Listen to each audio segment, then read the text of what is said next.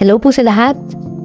So, ngayon po ay magpapakita naman tayo ng ating sample unpack learning competencies, and this time for EPP or Edukasyong Pandahanan at Pangkabuhayan. So, sa mga naghahanap po ng sample na pwede niyo pong maging basis, ito po ay pwede niyo pong gawing basehan, especially kapag kayo ay nag-unpack ng inyong mga learning competencies. But take note, teachers, ito po ay sample only. This is not the final unpack learning competencies sa EPP. So, take note of that.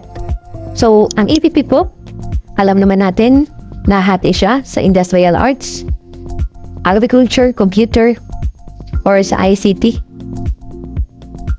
and Agriculture. So, kung ano po yung nandito, pwede ka pong tingnan. So, ayan po, mauna muna yung Industrial Arts.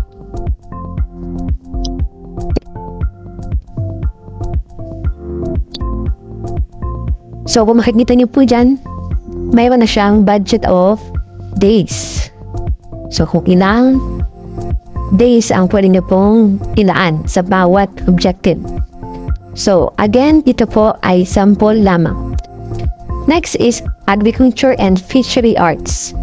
So, yan po. Okay, check na lang po yan.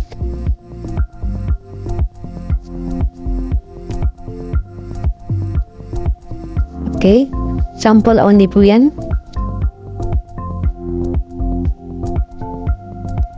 Yan. Next is ICT. Pwede niyo po yung i-screenshot na lang or i-pause yung video. So, yan po lamang yung ating sample na mapapakita.